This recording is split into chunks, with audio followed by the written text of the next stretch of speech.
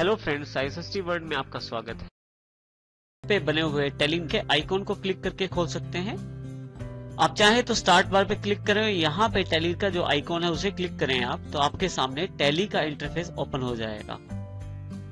लेकिन जो टैली का इंटरफेस ओपन हुआ है इसमें काफी सारे भाग हैं। अब हम इन भागों की जानकारी ले लेते हैं। सबसे पहले हमारे पास है टाइटल बार। सबसे ऊपर वाली जो पट्टी है वो टाइटल बार है, जिसमें बेसिक विंडोज के बटन भी अवेलेबल हैं। हमारे पास उसके बाद जो बार अवेलेबल है वो है हॉरिजॉन्टल बटन बार। यदि आप यहाँ देखें तो प्रिंट, एक्सपोर्ट, ईमेल, हेल्प के बटन प्रदान किए गए हैं। ये सभी बटन हॉरिजॉन्टल बटन बार पे हैं। इनके साथ अभी यदि ध्यान दे तो P के नीचे अंडरलाइन है, यहाँ पे, यहाँ E के नीचे, यहाँ M के नीचे। इस तरह से हर एक का शॉर्टकट आपको दिखाया गया है। इन शॉर्टकट का इस्तेमाल कर सकते हैं आप अपने कीबोर्ड पे दिए गए अल्टर बटन के साथ। इस तरह से मैं प्रयोग कर सकता हूँ शॉर्टकट्स का भी। देखिए, जो शॉर्टकट मेरे पास यहाँ अवेलेबल हैं उनका कलर इस वक्त रेड है, अर्थात ये अभी एनेबल हैं। जिनका कलर रेड नहीं है और जो डिम आ रहे हैं आपके सामने, इसका अर्थ है ये अभी आपके पास उपलब्ध नहीं है। आवश्यकता अनुसार ये आपके पास उपलब्ध हो जाएंगे। तब इनके पास जिनका जो कलर है वो ब्लैक और जो शॉर्टकट का कलर है वो रेड कलर में उपलब्ध हो जाएगा। इसी तरह से यहाँ पे देखिए आपके पास क्लोज बटन अवेलेबल है। क्लोज बटन आप टैली के इंटरफेस से बाहर आने के लिए कर सकते हैं। सबसे लास्ट में यहाँ पे कमांड वाइज आपके पास काफी सारे बटन उपलब्ध हो जाते हैं। अभी यहाँ पे बटन उपलब्ध है F12। जिस तरह की कमांड आप चलाते हैं या जिस तरह के मेन्यू में आप होते हैं, उस तरह के मेन्यू से रिलेटेड आपके पास यहाँ बटन अवेलेबल हो जाते हैं। इस बार को बटन टूल बार कहते हैं। इसी तरह से आपके सामने जो ये एरिया दिखाई दे रहा है, इसे हम कहते हैं गेटवे ऑफ टैली, जहां पे टैली के बेसिक मेन्यूज को दिखाया जाता है। इसमें आपके सामने दो सेक्शन है। एक ये सेक्शन दिया हुआ है लेफ्ट साइड पे, एक राइट साइड पे। लेफ्ट वाले में इस वाली स्क्रीन पे आपके पास, अगर आपके पास जो कंपनीज अवेलेबल हो तो उन कंपनीज की लिस्ट यहाँ नेम ऑफ कंपनी और डेट ऑफ लास्ट एंट्री के साथ अवेलेबल हो जाएगी। इसी तरह से अगर राइट साइड देखें तो बेसिक कंपनी को बनाने से रिलेटेड बेसिक मेन्यू अवेलेबल है कंपनी इन्फो के रूप में। आप इसका प्रयोग कर सकते हैं कंपनी को बनाने के लिए। इसी तरह से यदि आप थोड़ा सा नीचे आ जाएं तो ये आपके पास टास्क बार अवेलेबल है सबसे नीचे, जो आपको जानकारी देती है आपके टेलीवर्जन की और बेसिक जानकारी देती है टास्क बार। इसके अतिरिक्त कैलकुलेटर का एरिया है आपके पास, जहां पे आप कैलकुलेशन कर सकते हैं। इस तरह से आप इन सेक्शंस का प्रयोग करके, इन सेक्शंस की जानकारी लेके टैली को अच्छी तरह से कंट्रोल कर सकते हैं। इस तरह से आप इनका प्रयोग कर सकते हैं। फर्स्ट टाइम जब भी आपके पास टैली ओपन होती है तो सबसे पहला कार्य होता है कंपनी इन्फो मेन्यू के थ्रू कंपनी को बनाना। यदि आपके पास कंपनी है तो उन कंपनीज की लिस्ट यहाँ अवेलेबल हो जाएगी, और यदि आपके पास कंपनी नहीं है तो कंपनी इन्फो जो मेन्यू है उससे आप नई कंपनी बना सकते हैं। यदि आप यहाँ ध्यान दें तो जो मेन्यू है इसमें, उसमें रेड कलर के जो अल्फाबेट्स हैं वो सबसे पहले हैं, और एक तरह से वो शॉर्टकट्स हैं इन सब कमांड्स के लिए। जैसे कि कंपनी इन्फो के अंतर्गत सेलेक्ट कंपनी, जो कि डिम है अर्थात अवेलेबल नहीं है क्योंकि हमारे पास कोई भी कंपनी यहाँ नहीं है।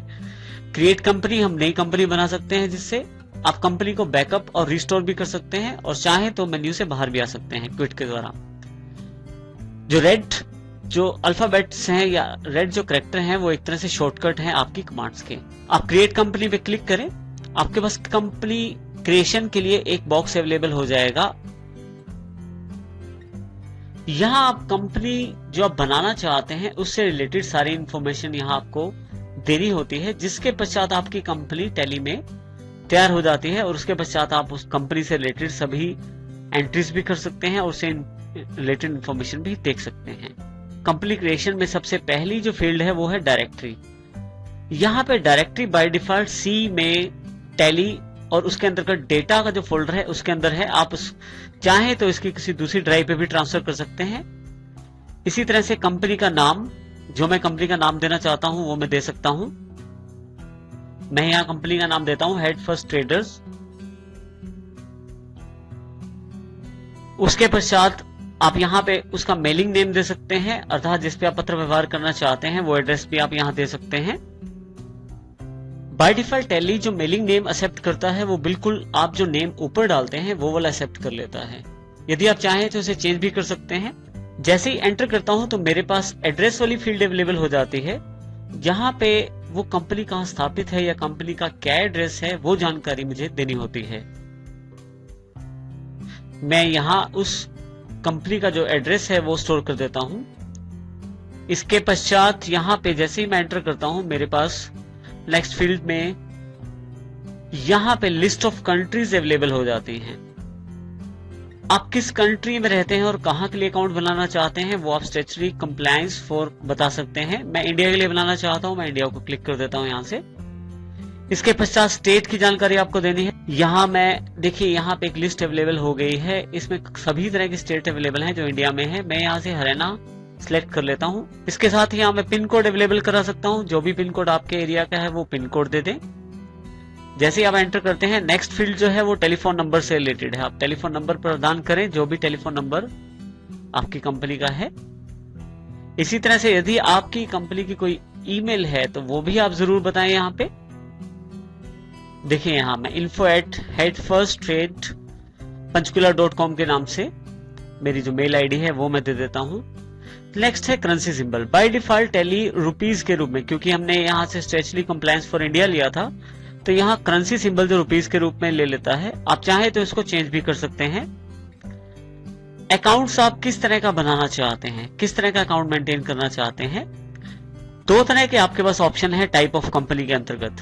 पहला है अकाउंट्स ओनली, जिसमें केवल अकाउंट्स रिलेटेड एंट्रीज की जाती हैं, और दूसरा है अकाउंट्स विद इन्वेंट्री, जिसमें यदि आप अकाउंट्स की एंट्री करते हैं तो उसका प्रभाव इन्वेंट्री पे भी पड़ता है। जो आप चुनाव करना चाहते हैं, जैसे मैं अकाउंट्स ओनली लेता हूं तो यहाँ मैं एंटर करके अपने मेंटेन वाले जो फील्ड है उसमें अकाउंट्स ओनली ले सकता हूं। अगली जो फील्ड है वो ये बताती है कि आपका फाइनेंशियल ईयर कब से स्टार्ट है, तो मैं यहाँ इसको चेंज कर देता हूं। मेरा फाइनेंशियल ईयर 1 अप्रैल 2010 से स्टार्ट है, तो यहाँ पे मैं 2010 टाइप कर देता हूं।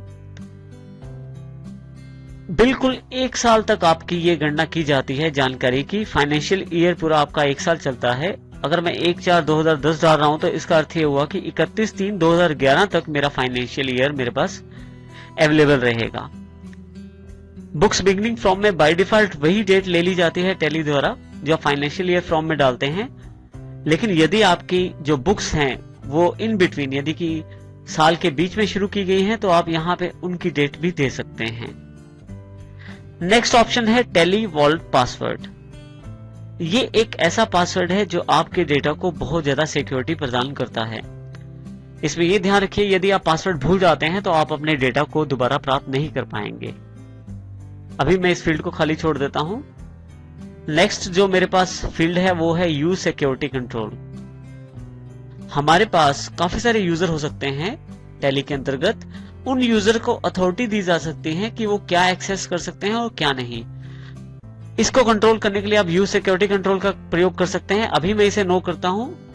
जैसे ही आगे जाता हूं, यहां देखिए बेस करेंसी इंफॉर्मेशन का जो एक बॉक्स है वो अवेलेबल है यहाँ पे, जिसमें सबसे पहली जो जानकारी है बेस करेंसी सिंबल फील्ड के रूप में। उसके साथ ही नेक्स्ट है फॉर्मल नेम।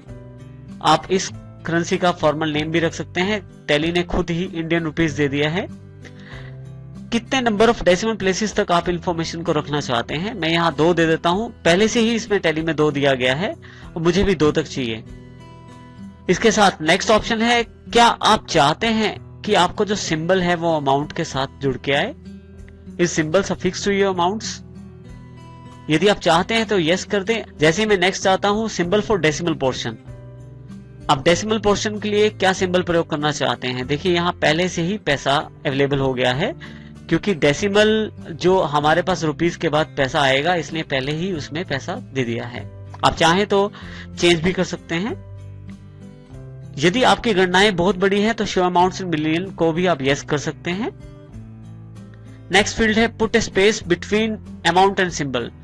जो आप सिंबल आपने सिलेक्ट किया है, जैसे रुपीस सिलेक्ट किया है आपने, क्या वो बिल्कुल जुड़ के आए आपके अमाउंट के साथ या उसके साथ एक बीच में स्पेस भी आए? यहां मैं यस कर देता हूं। मैं चाहता हूं कि उसके साथ एक बीच में स्पेस भी अवेलेबल हो। जो लास्ट ऑप्शन इसमें है decimal places for printing amount in words. आप कितने डेसिमल प्लेसेस तक चाहते हैं प्रिंटिंग में आपके पास अमाउंट्स और इन वर्ड्स अवेलेबल हो। मैं 2 डेसिमल प्लेसेस तक ही उन वर्ड्स की प्रिंटिंग चाहता हूं, तो इस तरह से मैं ये चुनाव कर सकता हूं। इसके पश्चात जैसे ही मैं एंटर प्रेस करता हूं तो मेरे पास एक्सेप्ट के रूप में एक कंफर्मेशन मैसेज अवेलेबल हो जाता है। मैं चाहूं तो यहां नो करके फिर से यहां अवेलेबल रह सकता हूं। देखिए फिर से पहली फील्ड सिलेक्ट हो गई है। मैं किसी फील्ड में दोबारा यहां पे चेंजेस भी कर सकता हूं।